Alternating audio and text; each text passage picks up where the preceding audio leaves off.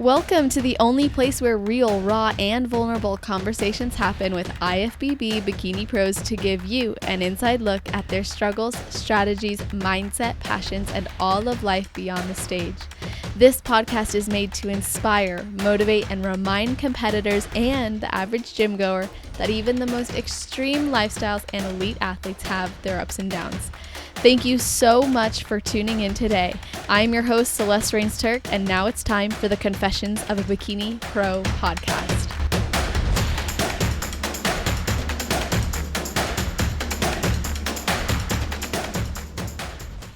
Today's episode features an athlete from Oregon who currently lives in Tampa, Florida, and has been involved in sports since she was young. At 15, she found her place in the gym while she was working with a coach. And during her time in undergrad, she started personal training in a gym as well as an F45 coach. She was actually in her master's nursing program at Johns Hopkins when she also decided to offer online training as a side hobby. And then in 2020, she planned to compete, but her first show, like many of us who were trying to compete that year, got canceled due to COVID. And after a year on hold, she jumped into an 8-week prep that she coached herself for and won the overall at her first show. Then again, won the overall 4 weeks later at her second show. And when it came time to hit the national stage 3 weeks later, she won her pro card at Universe, making for a very untraditional but impressive road to pro. After that, she made her pro debut the next week to get a feel for the pro stage. And then after 2 years, she recently did her second pro show and is now focused on making improvements. Her side hobby of online coaching in that time frame actually ended up becoming her full-time career when she left nursing to bridge the gap of Western medicine, fitness, and functional health in her business. So I'm really looking forward to hearing more about her business First Call Coaching, as well as her work within Rise Athletic Performance Company. So welcome to the show, Kendall Call. How are you doing? I'm doing great. I'm happy to be here. So thank you for having me. Of course, I'm happy to have you. And I'm really a great intro. Oh, well, yeah. Well, thank you. I appreciate that. I sometimes feel like it goes so fast and I'm like, maybe it sounds faster in my mind, but I'm glad that you appreciated it. And you're so impressive. So we had to put those details in there. Thank you so much. Of course. Absolutely. So first question right off the bat, do you have a pre-stage ritual? So right before your heel hits the stage, do you do anything? No, I don't. Considering I've only been on stage a handful of times, I have not established that yet. Yeah, honestly, you really had your season. You became a pro. So let's just get into the nitty-gritty of it then. Like preparing yourself for your first season, going from amateur to pro in a matter of months, really. I mean, granted, we can say, years of being an athlete or working at it, but honestly, competing is no joke. And when you jump into a prep and see how it goes, most people just do that to see if they even want to stay in it. You did it and ended up a pro a few months later. So let's start with what made you even want to do this, and then we'll kind of go from there. Yeah, so basically my entire life I've been an athlete, competitive athlete, playing club sports and whatnot. And then I got injured my senior year of high school, which put me out of volleyball. Was my main sport, but so put me out of that. And then I really didn't have, since then I didn't have a competitive outlet, because I get my competitiveness from my dad. And that's just something that's always been a driver for me, is competing in team sports or whatever, competing in school, getting good grades. So that piece I just really felt was missing. And yeah, I'd been training in the gym for years prior to that, but I didn't really have that focus and goal to work towards. And so, yeah, I just decided, why not shoot for a show. I had always been kind of interested in competing. I'd followed it for a really long period of time, but at that time when I was considering it, I was young, and I would brought it up to my parents, and they were like, absolutely not. They're like, you're not getting on stage in a bikini. And I'm like, but it's something that I really want to do. So when the time was right, I decided to do it. And yeah, it's been a ride for sure. Wow. So that's fascinating, actually. I want to hear about your parents, but as an ex-volleyball player myself, I do want to know what position you played. Oh yeah, libero. I was a Okay. libero. Yeah, me Yeah. too. The shorties. I was a Yes. center and a libero, but over time, everyone gets taller, you remain the Smaller. same. Yeah. Yeah. Well, that's pretty Yeah. amazing. What was the injury you faced, by the way? I tore my ACL, MCL, and meniscus. Oh my gosh, Believe while it or playing. not, I was I thought I was a hitter, okay? And Yeah. it was my warm-ups of my very first season of my senior year. And I decided to hit right side because I'm a lefty in warm-ups, and just it was a bad set, and I was off balance, and just landed wrong, and it just Oh no. That's so sad. The first game of your senior year. Dang. yeah, that's all And right. It everything happens for a reason. I'm convinced. does, huh? I feel like that's so true, especially for athletes. We will always find something else to use our competitive nature towards, as you did. And when you decided you don't want to pursue competing, originally your parents were like, no, no, no. So I'm actually curious what they think of it now.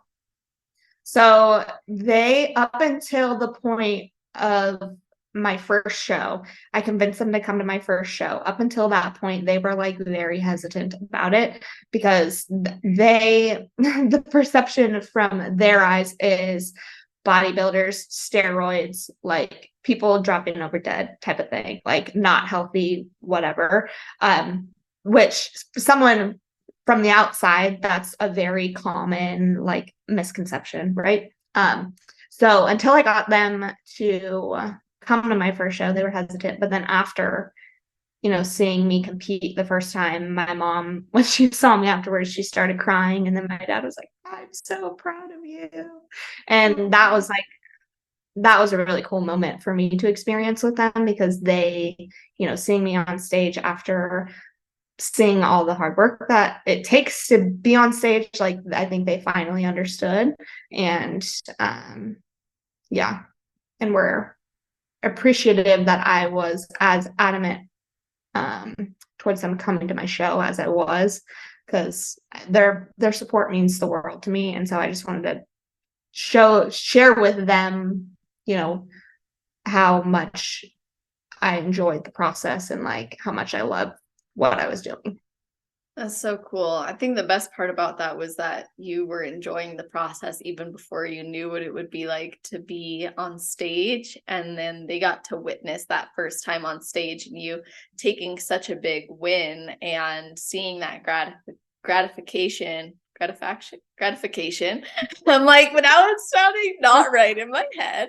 The gratification, of like all your hard work and it showed on stage, and you got to really embrace and share that journey with them in a sense because they came, which I'm sure probably felt amazing. Yeah, without a doubt. Yeah. Yeah, I love that for you, especially because we do need a support system in this sport. And you've talked about it in some of your posts, like do not prep until you know you've got a support system. So walk us Yeah. through what that actually means and how someone can maybe audit if they have support. Um, so it's really, in terms of what support, it's not just like your inner circle, right? It's not just your parent. It's not just about the support you have from your parents or from your siblings or from your close friends.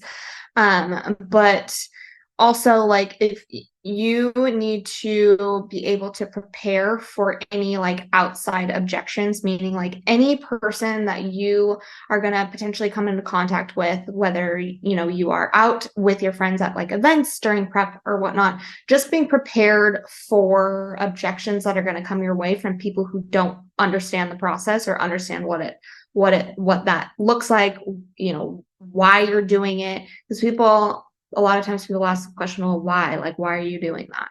And so you have to learn to be able to handle those objections and like, judgment towards what you're doing and why you're doing it, because that's a big thing. And if you aren't able to kind of compartmentalize those thoughts and not let them not let those perceptions and judgments of you like get under your skin.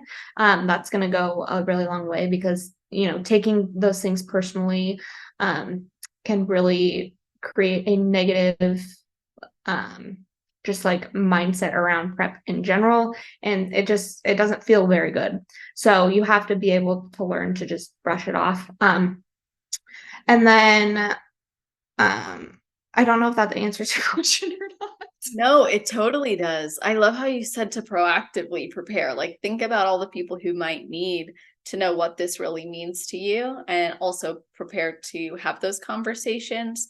Like you even experienced with your parents, like their view on it was actually, unfortunately, it was accurate for what's shown in the news about bodybuilding, because the news is always going to highlight like the worst story, right? It's this kind of platform that highlights the positives, and that's generally a platform that's only seen or exposed to those of us within it.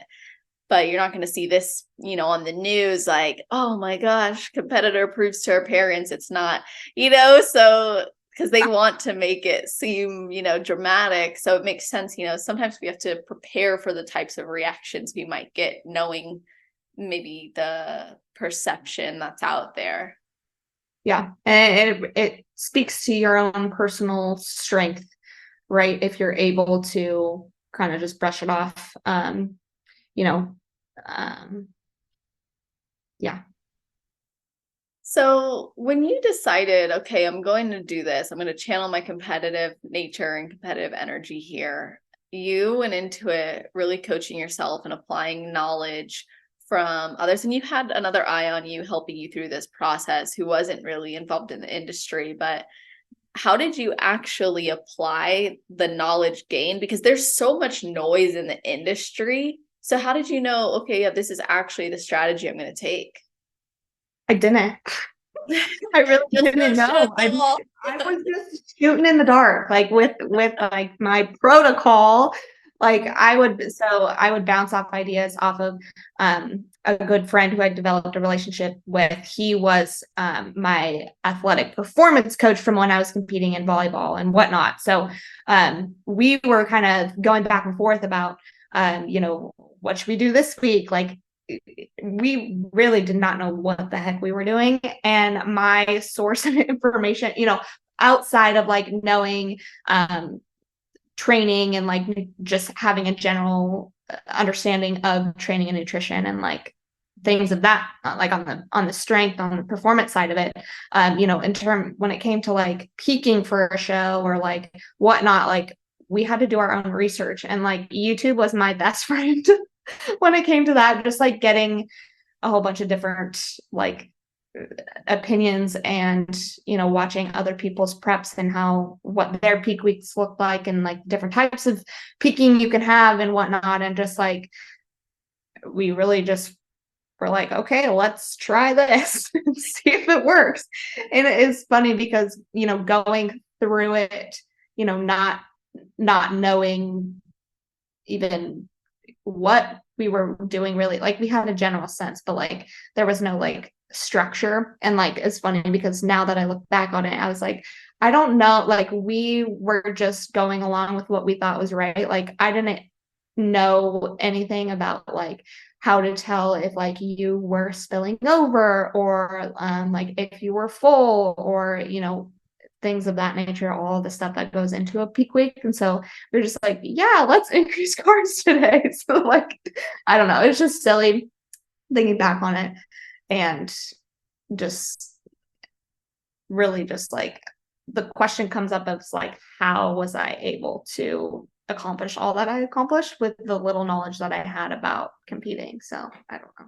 I was doing something right, apparently.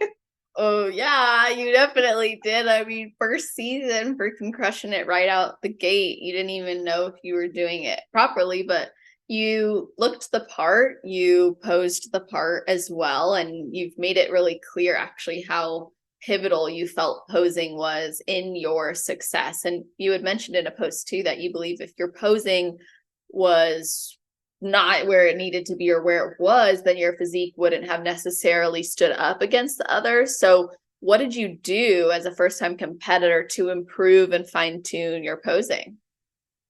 Feedback for sure. But I did have a posing coach. So he was a coach in the area. He had been posing, or he was a posing coach for one of the girls that I followed on Instagram, who also was a pro and lived in my town. So I reached out to him, got connected with him. So I did have a posing coach going into it, and that if I didn't,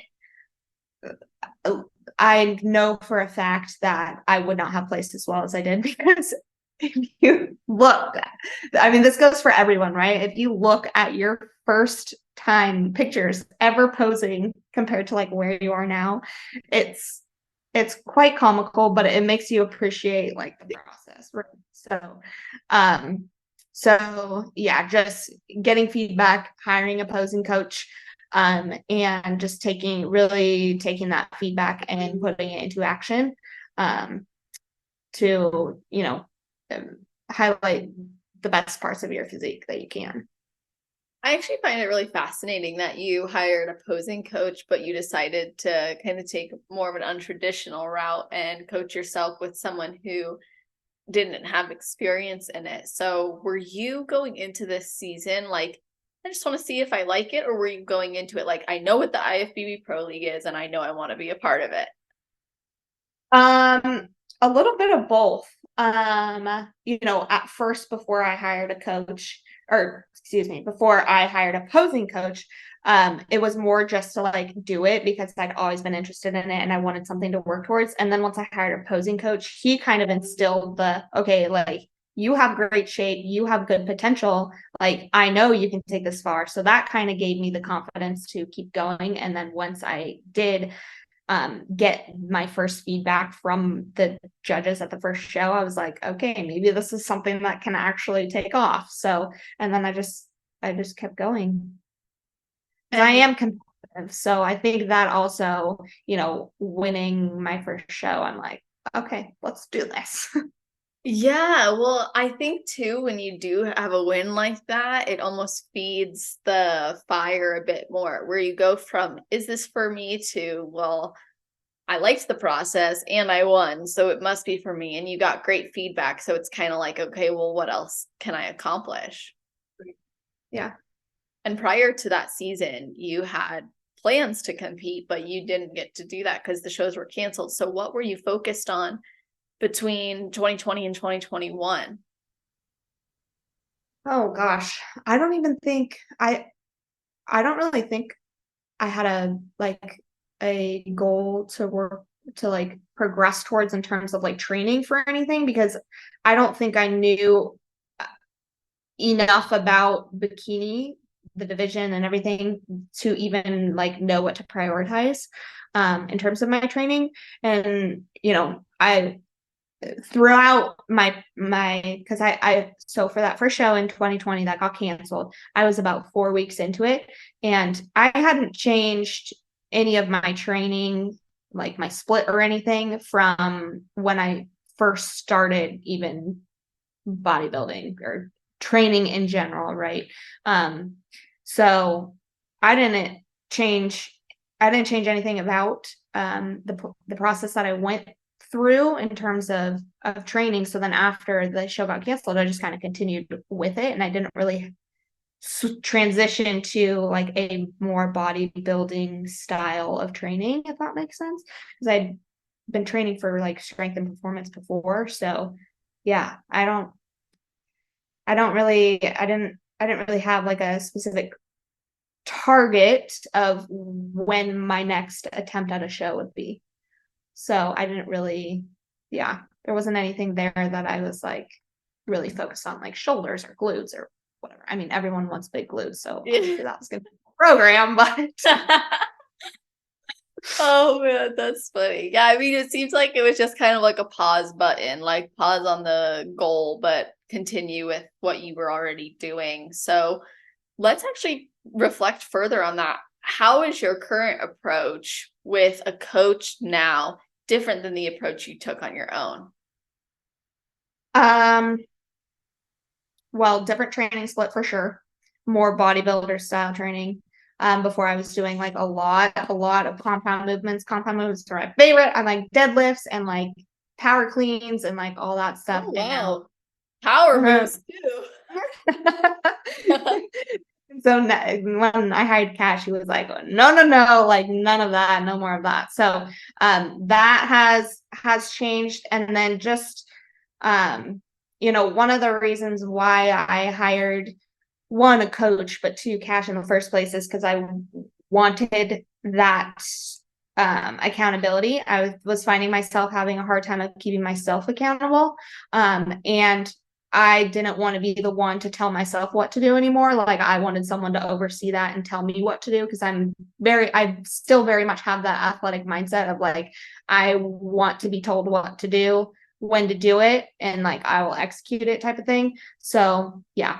What was your question? Sorry, I forgot. No, that was pretty much answered it as far as like the approach difference between working with a coach to back then. Yeah. Yeah, I'd say like that's the biggest change. Did you start with like macros or a meal plan or both? When I started with Cash? Actually, just throughout your journey, did that change? Oh, macros. Yeah, I've been tracking my food for years. But no, I originally started with macros and then I would make myself meal plans. But then like, again, after a while, it was just like, I don't want to listen to my own meal plan anymore. Yeah. So Yeah, you were ready to take on the direction, it sounds like, from someone else, like reduce that mental load on you and just execute. And yeah. And I knew that, okay, so I'm a pro now, like it's time to step up the game. Like I want to go far in this sport. So I need to hire someone that will take me far and that knows what they're doing. So because there was no way that I was going to get there by myself. So yeah, you made it far on your own, but that's like a pro mentality, is what can take me further if you want to go further. And in a reflection you had made after your most recent show, you were saying how you're a nobody in this sport. And when I was reading this, I was like, oh my gosh, I know you're competitive. So I knew what your angle was, but I thought, what a great topic we could bring to the podcast too, like feeling like an amateur in the pro league. When you had mentioned that in your form too, I was like, yeah, like let's dig into that. So you consider yourself competitive, you're taking the steps necessary to grow, but what do you think defines somebody as a somebody in this sport? And what are you personally working most diligently towards accomplishing? I think to address the first part of your question is just having experience and just within the pro league itself, like having a long track record of being a pro. And so, I have not had a lot of stage time, just in general, especially as a pro, because I took 2 years off. So I think that's where I feel the most like amateur, is because I haven't had that stage time, that stage time, that stage, under my belt. So I think that's where I feel most like an amateur. Yeah. Yeah, and when you did turn pro, you decided to hop straight into your pro debut before taking those 2 years off. So what happened at your pro debut and how did that maybe influence the next 2 years? Yeah. Big one. So I decided to hop into the Patriots Challenge, I think that next weekend. Just to see where I would place, how I would place, get feedback from the judges. Being so new to the sport and new to the stage, before I really took a long off season. So I got third call outs. I wasn't expecting anything more. Honestly, I was expecting to be last, because really it was all about just figuring out what I needed to work on. And then from there, since I didn't have, I got the feedback from the judges, right? I didn't have a post-show plan because I didn't know, like, I knew the concept of reverse dieting and like how hard it is after you prep. But I didn't really understand that until it happened to me. And I feel like this is just a side note, but you can prepare and you can be told like what to expect after a show, but until you experience it yourself, you aren't able to grasp the magnitude of, cravings that you have, like your whole mindset after a show. Because I definitely didn't have a post-show plan, and then that's when I like spiraled into like the binging patterns, and which is something that is normal physiologically. Your body goes into a whole mechanism. Anyway, we can talk about the physiology later. But it is something that happens, and I wasn't aware of that until it actually happened to me, and it happened very strong, or it came on very strong. And so I think I honestly didn't really take that feedback as well as I should have and applied it, because I experienced a really bad reverse. And then during the reverse, I had post-show blues. I didn't want to train anymore. I didn't want to go to the gym. I had a very, I feel like a lot of people can relate to that, in that aspect. And it was especially hard not having a coach, not having anyone to keep myself accountable but myself. And so I'm going down rabbit holes. I'm sorry. I like the rabbit holes. No, like I love them. I'm like, open all of them up and let's go. Like, I think it's a great thing. And I appreciate you sharing that, because it is something a lot of people struggle with. I mean, I literally built my business on supporting competitors with this because of what a big struggle it is, yet how often it is looked at as you got to deal with it on your own and you can't compete and still have a healthy. And I really don't believe that. I believe you can have both. And yeah, when you go through it for the first time, it can challenge your perspective on this lifestyle and on the sport or on your approaches. And I think it's important to assess and also always be prepared too, even if it's your first time, and that there's something going to happen, have things in place that are going to support you. Like, have a coach, reach out to someone for mental support, and see what you can do to set yourself up for success. Like,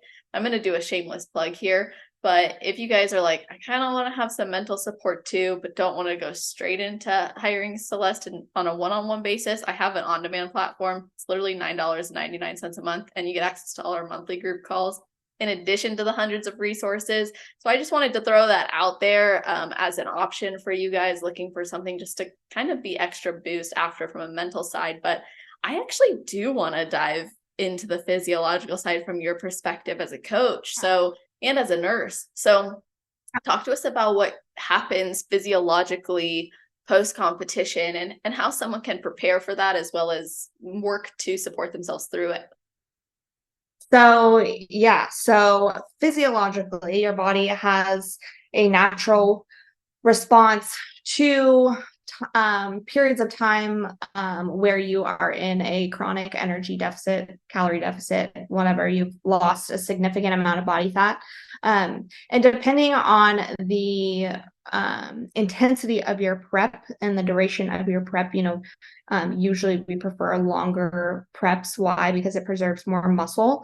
And our muscle mass and the preservation of our muscle mass is really determinant, or it really determines the strength of those signals that we experience after a prep when we start increasing food. So, we experience what's called hedonic eating, and it's just like this insatiable hunger that we experience that we can't really, it's not really explainable, but it's just like these intense feelings of hunger, and so that we don't feel like we can control, but it's natural. It's something that happens in response to being in a chronic deficit and to losing muscle mass, because that's a lot of times what happens when you're in a chronic deficit or an energy deficit is we're in a catabolic state. So our body's going to start breaking down muscle as well as, but we reduce that if we take longer preps and we keep that constant source of protein. Obviously, protein is very important in to reduce the loss of muscle mass. But that's really what drives the extent of those desires to want to overeat. And there's something physiologically that happens. There's been lots of research done, especially in the Minnesota starvation experiment, is that, when these aggressive approaches to dieting are taken, your body it favors fat regain. So like you have your prep, right? You lose a bunch of fat and then you start to spare muscle as well, pare down muscle as well.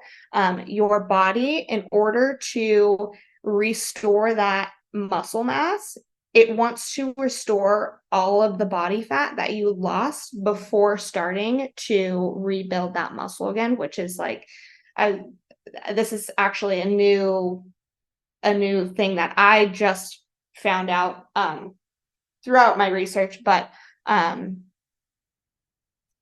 yeah, so that's why we see what's called this body fat overshooting effect, is because your body, it wants to restore all that fat that you lost during that energy deficit, and then it can start rebuilding that muscle. But we know that when you rebuild, or when you are putting on tissue, it can't just be all lean mass, right? That would be great if it could just be like straight muscle and nothing else, no fat or whatever, but that's not what happens. There's always going to be a little bit of fat that's going to be deposited. So that's why people say, which is true, that you often, especially when you have a difficult reverse, that you gain more body fat than when you started. This doesn't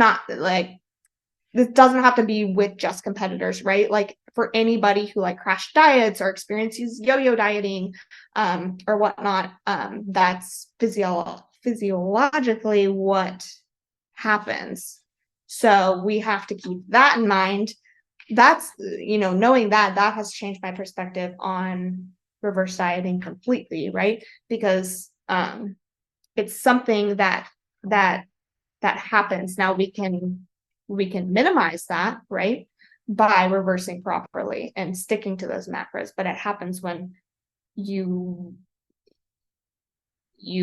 monkey up your reverse, basically. Or when in like a normal person, they haven't established like those healthy, sustainable habits, and then they go back to how they're normally eating and they gain back the weight that they lost. Because, competing aside, let's take the general population. Majority of the general population who participates in these like crash diets and whatnot aren't prioritizing protein, and prioritizing protein is going to be the most important part in preserving the muscle mass, which is going to drive how you come out of that diet, right? Does that make sense? Makes perfect sense. Yes. And I think that's why it's so important to have education and knowledge like what you're sharing, because it gives more reason or more basis to establish those healthy habits for the sake of longevity. And it also helps to normalize the fact that you are going to gain some body fat. Like it's very hard sometimes to see within the industry, like this intense fear of fat. Because, we got to be conditioned for the stage, but and even for not on the stage, just in general society, and this intense fear of fat. But like you said, it's part of that process, especially in reversing and restoring and recovering. And a perspective I think has helped me personally is like thanking my body for behaving as it's supposed to keep me alive and to keep me healthy and strong, and like recognizing that this is part of that season. Right. Yeah, exactly. And I think I think knowing that has changed my perspective on the process that I'm going through right now, because I'm still in my reverse. And so just being a little bit more appreciative of my body, like you said, and it responding the way that I want it to, because I'm sticking to my protocol basically, and understanding and accepting the fact that I'm going to gain fat and that I need it for survival and for optimizing hormone health and things along that line. So yeah. Absolutely. I love that. I love that you shared so much of the physiological side too, because you can tell that this is something that you're well educated in and something that you've spent time really studying and getting to understand so you can support other people. And a key point you made was actually the habits, making sure you have healthy habits. And I wanted to know if there are certain things that you consider non-negotiables for competitors in prep as well as in their improvement season that will help them to mitigate some of those ups and downs and support them in having success in this lifestyle. Non-negotiables. It's a good question. I would, this is not really something physical, but understanding your why you're competing in the first place, especially when it comes to after prep, because a lot of times people can have bad reverses, they monkey up their diet or whatever, they don't adhere to their protocol. But I think it's really important to go back to why you even started competing in the first place, and really honing in on that. I know that's something that's helped me a lot. But then in terms of like non-negotiables, I mean, we can talk about, the basics of like water and protein intake and whatnot, and like things along that line. But or we can talk about the support system and how important that is, especially in the postseason. Yeah, I like it all. I really, yeah, no, I really like that you took it away from like the things that we generally do have an understanding of, right? Like we know we got to get the water, the supplements of need, that is things like your protein intake, your carb intake, your fat intake, that's a given too. So I love to hear about the other habits, like you said, knowing your why, reconnecting with that, having your support system in place. Like the physiological things are important, but I think what helps them to be sustained over a long period of time are a lot of the mental habits. And you've shared that self-confidence as well as depression have been battles that you've faced in the past. You also struggled with disordered eating. So how has this lifestyle supported and maybe even challenged you through those in such a way where you did develop habits to help you through that? Yeah, I mean, self-confidence I've had issues with ever since I was, a teen in high school and before I even started like this fitness journey. And so I think habits that I've had to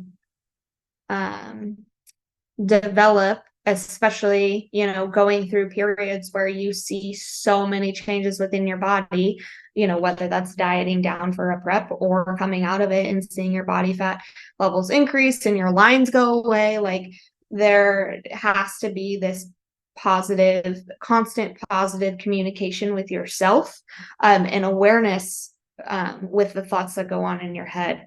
It's very, very easy to be negative and to point out all the flaws that you see,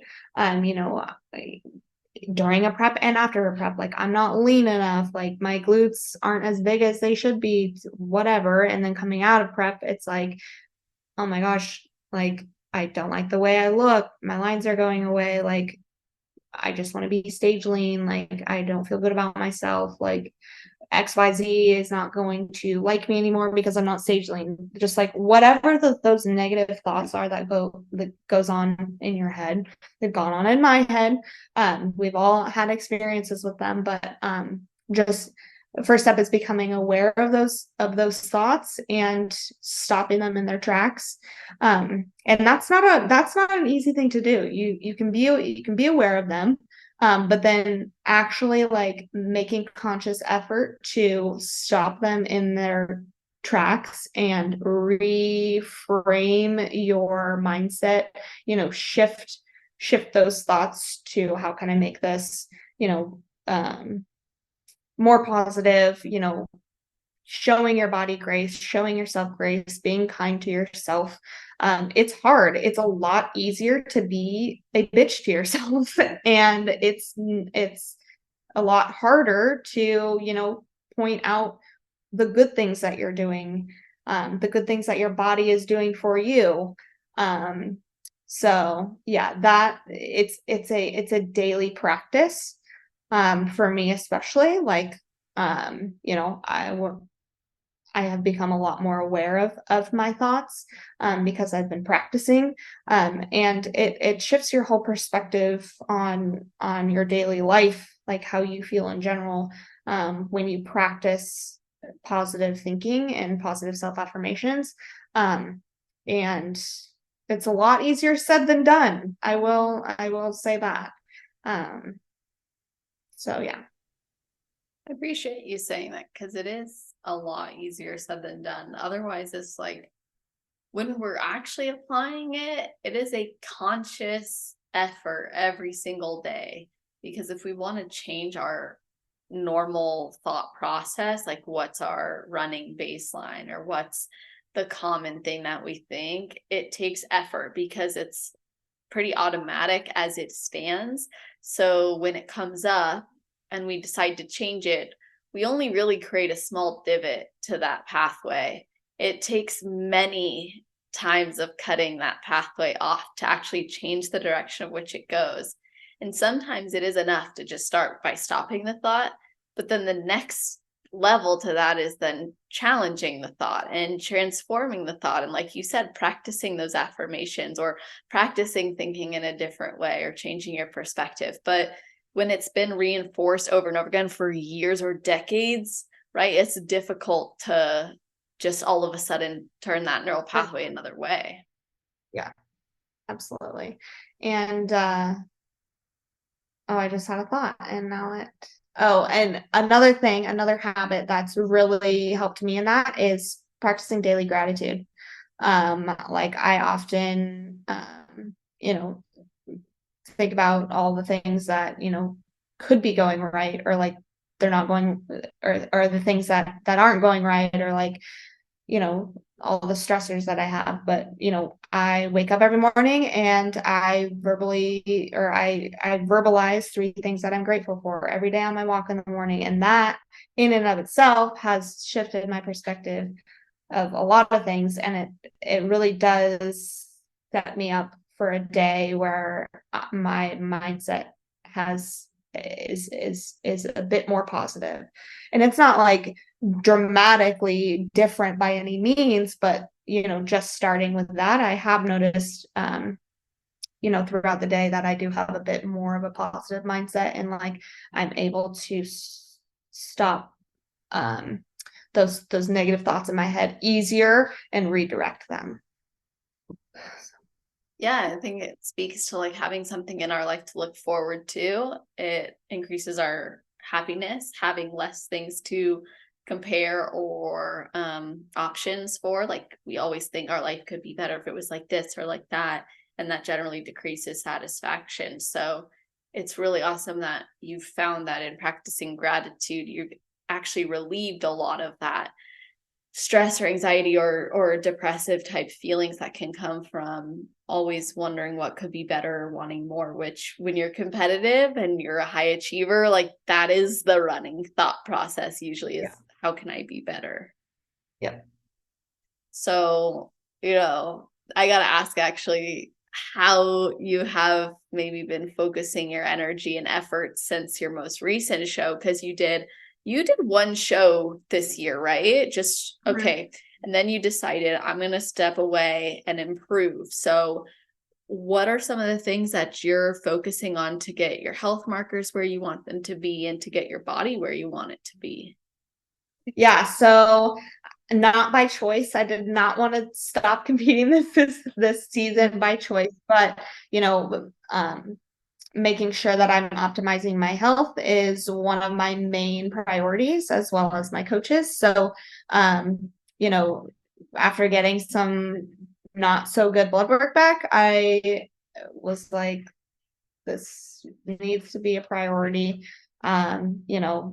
Let's check back in 6 months after we've done, all that we could within a 6 months time period, see where we're at, and then go from there. But it ended up just being, my body was taking a little bit more time than I was wanting to give it to get back to like a healthy place. So things currently, making sure I'm optimizing my hormones. Honestly, I don't think I was in a good place in the beginning to start a prep, because I had just came off birth control and I hadn't gotten my period, or my period hadn't been regular for quite some time. So that's one of the things I'm prioritizing getting back. I realize it's going to take time because I hadn't had a period before that for like 6 years because birth control. So that's one of the things that I'm prioritizing in terms of training. I'm training hard, but also I'm trying to reduce stress as much as I can, because that plays a huge role into hormone health and getting back your hormones. But in terms of training and focusing, obviously shoulders and glutes, those are all the everything that every girl needs to improve upon. So and just like a lot of the girls, the pros that I look up to and that are successful in the sport, have a lot of experience under their belt in terms of like muscle maturity and everything. So just getting, more density to my muscles and just taking more time to build. That's really all of it, because I have, according to the judges and everything, like I have the shape, I have the structure. It's just I need that development, which just takes time. So I'm willing to put in the time. I'm willing to put in whatever is needed. Yeah, it's like if you're already living this lifestyle, what's another few years or year or two to bring what you need to bring? And like you said, those health markers are so important, but I feel like we've got some untapped knowledge sitting in front of me. So you are someone who has a background in nursing. Your education and your in-depth understanding of lab work probably spans well beyond most. And there's a difference, you said in a video you made about lab work. You said there's a difference between normal and optimal functioning. So can you break that down for us and maybe what people need to be looking out for when they do get labs drawn? Yeah. So, so like I said in that video, there is a normal range, right, which is established by people who come in and out of clinics, doctors ordering lab work for certain individuals or for certain things, if they think something might be going on with that person in terms of their hormones and whatnot, and like, platelets and red blood cells and white blood cells and all those things. So that's really where the optimal or the normal range is derived from. But there, especially in terms of like our sex hormones and testosterone as females, and also within our TSH, like our thyroid function, there is a range, right, in which you're considered normal, but there is optimal ranges within those where we typically see the best results, we typically feel the best.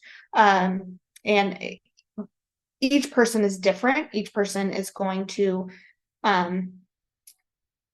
each person's level of optimal is not going to be the same, but there are, specifically within our thyroid hormone, there is an optimal range. And so, for people who are going to their PCP for lab work, a lot of times their PCP comes back and says, it gives them a phone call and says, yep, everything looks good. Like all labs were good, like nothing concerning, but then don't actually give them like a breakdown of what that, what their labs were. I know now you can get them on like your app, your phone, like they'll show the labs, on your phone, and it'll be marked high or low or whatever. But if it's within normal range, like you don't think anything of it, right? But then you still feel like crap. So that's one of the things that I like to do with my clients is when they get their blood work, I like to go through everything with them and break down like what everything means, in terms of like, what is TSH, what is T3, T4, what impact does vitamin D levels have on your hormone production, and why, yes, you might be within normal range of your vitamin D levels, but it's actually on the lower end, and that's affecting your ability to produce hormones and whatnot. So just making sure that they're understanding the connections between all of them, and why they might be experiencing certain symptoms that they're having, because their hormones aren't optimized, but they're within normal range. So there's a lot. I really wish that PCPs would take more time to educate their patients on this, but that's what I'm here for, and I don't mind doing it. So yeah, when you were talking, I'm like, I wonder if she felt underutilized as a nurse. Like, did you ever feel that way? Yes and no. I think the main reason why I kind of got out of the traditional nursing pathway was because I felt like I was supporting a industry that is just for putting band-aids on people and like addressing symptoms instead of getting to the root cause. And that's why I was really attracted to functional medicine, because we do the opposite of that, right? We look at the cause. Okay, you have hypothyroidism, but that's actually not a disease, that is a symptom. Like there is some reason why your thyroid is underperforming. Let's dive into that. And so a lot of Western medicine just puts band-aids on, and that's me being like totally transparent, because there's so many people coming in and out of the healthcare system, because everyone is coming down with some sort of disease. Like everyone, like America is getting sicker, and the doctors are being overloaded with sick people, and they don't have the time to that they need to take to dive into problems deeper and understanding the cause. For example, this one always gets me, right? This happened to me. So I have been dealing with all of the gut issues, as a lot of girls do. So I went to a GI doctor, and he was like, "You have chronic idiopathic constipation." And I'm like, so basically constipation that has no cause. And that like just makes me chuckle, because there is an underlying cause. You just weren't willing to take the time to dive into that a little bit deeper, right? Because there are things that you can do to address the cause or figure out what that cause is, right? Like there's so many tests, like an MRT test, a GI map is like the gold standard. It literally breaks down all of the bacteria that's in your gut and the amounts and the presence And so you can build a protocol off that, and you can, figure out what exactly is causing it, but they don't have the time to do that to get to the root cause. So, oh yeah. So what did you do after that? So I basically just took it upon myself to kind of do a trial and error with myself, in terms of, what was causing me constipation. A lot of it for me has to do with stress. And because I am before I realized the importance of recovery, I was a chronic exerciser. So, and that in and of itself is a stress on the body. So just giving my body more time to rest, figuring out a routine that allowed my body the time it needed, specifically within the morning for me, just to rest and wake up and just get going instead of, stressing and getting up late and running out the door. So I figured out I needed time to get myself going. I figured out I have an optimal level of fiber intake that works well with my system. And then just implementing some supplements to help me if on the days that I feel a little backed up.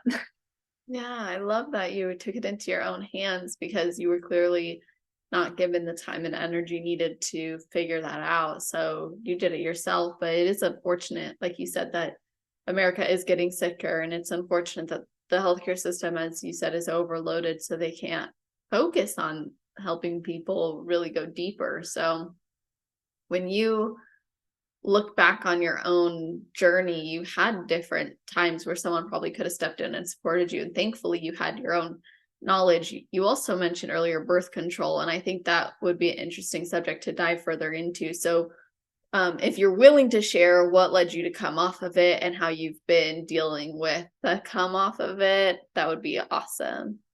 Yeah. So I had an explant in my arm for, well, it's like 3 years each. I had it in twice, so I got it replaced after 3 years. Thought it was working great for me. Didn't have a period. Having no period was wonderful.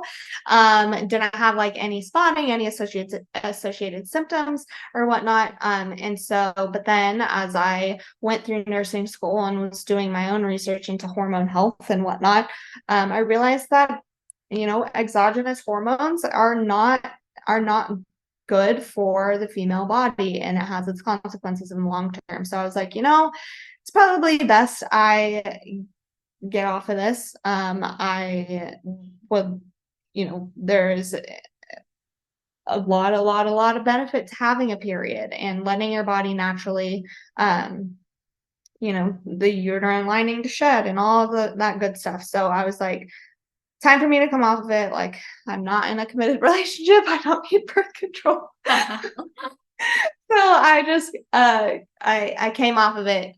And the first time I got my cycle back, it was about 40 days.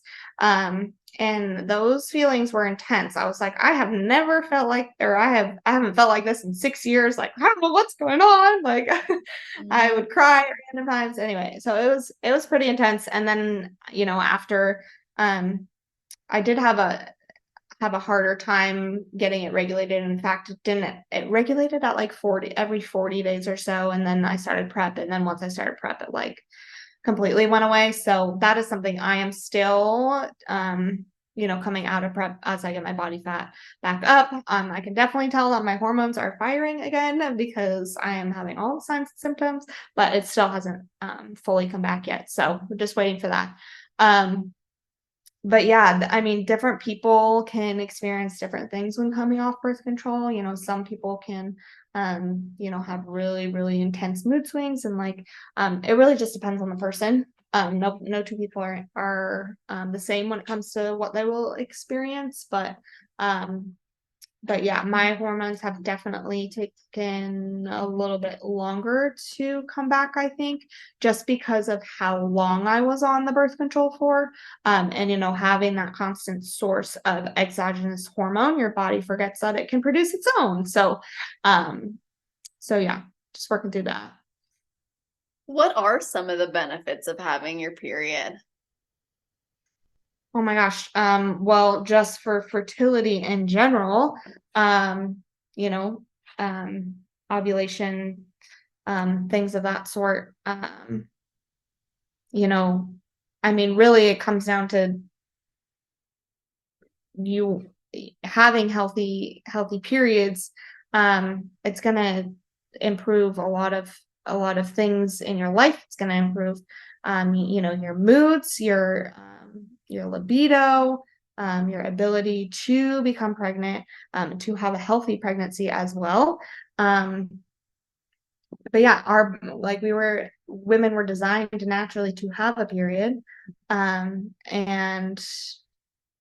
I mean, yeah. Yeah, it's natural. It's supposed to happen. It serves a purpose. So I appreciate that perspective because I think a lot of times we wish it away. But then when you lose it, you just want it back. And it's scary when you can't get it back or it's been a while or it's up and down. So it's always a celebration, especially in the bodybuilding community when you get it back. Yeah. Oh yeah. And I'm waiting for that day when I get mine. But we'll all be celebrating for you when it happens. Wouldn't it be amazing if it happened when your episode comes out? That would be Oh cool. my god. Anyway, I'm glad that you're sharing these perspectives and insights from your personal perspective as well as professional, because I think that in your efforts to bridge the gap in the industry with functional medicine and fitness, you're going to be able to impact a lot of people with your background. And when you decided to leave nursing to pursue the promise of your passions, what was that like for you to give up some of that stability, I guess you could say, and embark on this journey? Scary to say the least. Yeah. Especially not that I was like questioning what I wanted to do with my life because I knew, but being able to confidently break that news to my parents because they have supported me through my education, and hoping that they will be supportive, and because their main concern was that security, right? Like you don't get that in coaching. Like when you become your own boss, it's all on you to bring in that income. And with nursing, I had a steady income, but it was nowhere, and it would never get to a place where I like to where I would want it to be, right? So, unless I became like a nurse manager or something higher, but that's not what I wanted to do. And I knew that, coaching and kind of taking my knowledge from nursing and applying it to coaching was something that I was going to be very passionate about. I didn't care how long it took me to, find success in that. Like I was willing to take the risk and risk that stability in order to, pursue something that could very well take me farther than nursing ever could, not in terms of just, finances, but also just the impact that I would be able to have. That makes perfect sense. Like you said, it was also like a systematic thing. Like you wanted to be preventative and proactive and support people in doing so versus reactively putting band-aids on things. So looking at the coaching that you have, what are some of the things that you bring as a coach that you think have been missing in the industry that are going to support people with their long-term success? Um, Definitely having not only experience with myself, but also that professional experience as well and the educational background. It's not just about training, and it's not just about nutrition, right? It's about encompassing the entire individual, and that goes beyond just the surface. And it really looks at, how everything is working within your body. And it's we're really focused on like longevity, right? You can have short-term goals, but the long-term goals and like having a sense of sustainability is what is going to serve you in the long run, and establishing those healthy habits. And so, I wanted to, I guess, just having that desire to make a bigger, longer term impact on people is kind of what drove me to do what I do now. And then also having the support system on the back end to be able to do that. I know I mentioned I am a coach for Rise Athletic Performance, and one of the reasons why I decided to become a coach with them is because I really aligned myself with their values, which one of their main one is, long-term health and longevity.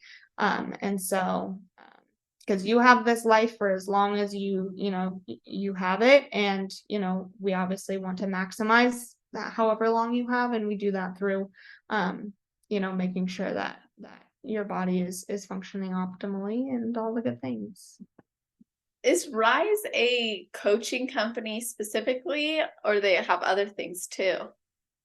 So they are a coaching company. Yeah, we're a team of coaches, but they also we're connected with a hormone clinic and things like that. I know we have some things in the works. I can't talk about them, but some exciting things to where we can kind of do more of the I can't. Yeah, you're good. More to look forward to, more reason for people to stay in touch with. There you go. It's like a little cliffhanger for us. Yeah. So, what do you want to accomplish in your journey as an IFBB Pro? Oh my gosh. I mean, I would love to get to the Olympia stage, and I will do that for however long it takes me to. I feel like that everyone who wants to be an IFBB Pro or is an IFBB Pro, I feel like that's what they shoot for, right? Is that big stage. But honestly, like in the short term, just continuing to improve my physique. It's a me versus me battle, and I am just committed to improving every part of my physique. But yeah, Olympia would definitely be my long-term goal, or short-term, however long it takes me. That's awesome. And I forget, how old are you? I'm 25. Oh my gosh. Yeah, you're young. Well, I'm young too, but I mean, like, it's nice to talk to other people who are there as well. You're younger than me for sure, but not by much. It's just interesting, like you're so well accomplished, you're well versed in this, you know what you want to achieve and what you're going for. So I'm really excited personally to see your journey continue. Yeah, seriously, because you just have that fire in you. And when you are managing all these other aspects, I'm sure that it's just going to be like amazing to see the result that comes from it.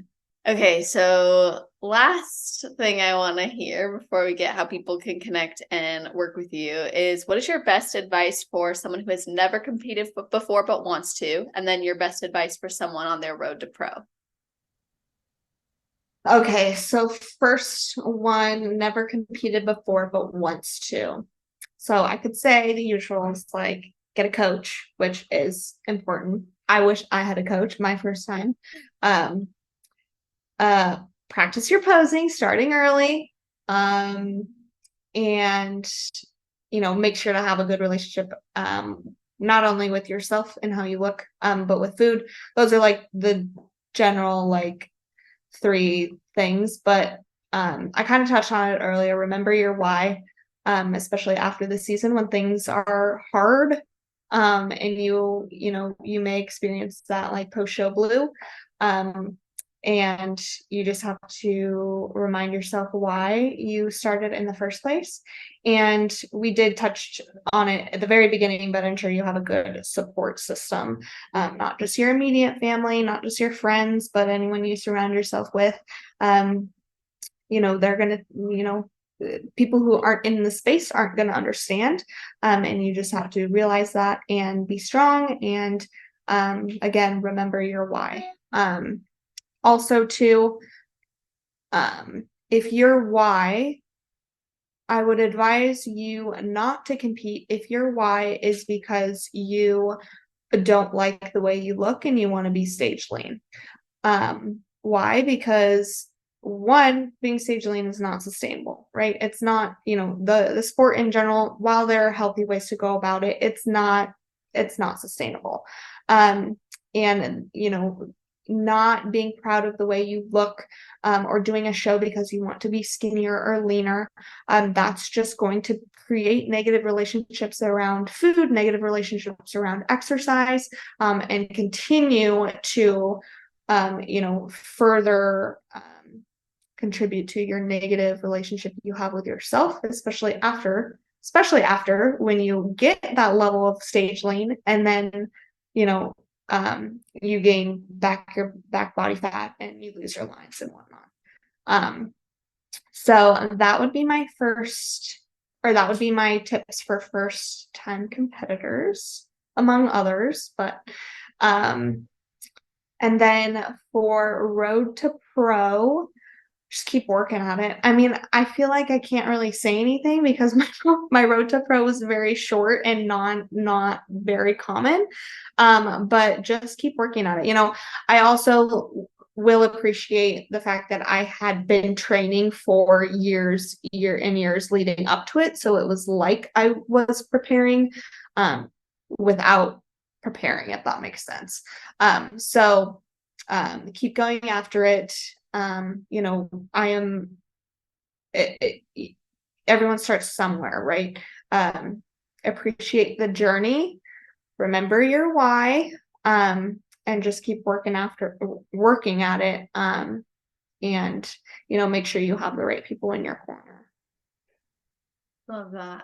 That's awesome advice for both. And I appreciate you sharing that. So how can everybody connect with you, follow you, and even inquire about working with you?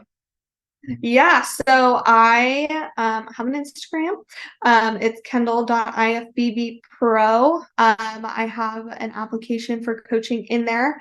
I also have my website, which it's published, but I haven't really utilized it much. It's firstcallcoaching.net. When you apply for coaching, you will be part of the Rise community. So it's not just me and you, it is me and you, but you're also part of a team, part of a family. And yeah, I also have a Facebook group. If you're not ready to invest in a coach, but you want the support, it is called Lean Life Collective. It's on Facebook. And there is really just a community for people to ask questions. You don't have to be a competitor. You can be a competitor. But it's really just an extra resource for you to get your questions answered and be part of something bigger than just yourself and meet people and connect. And so, yeah.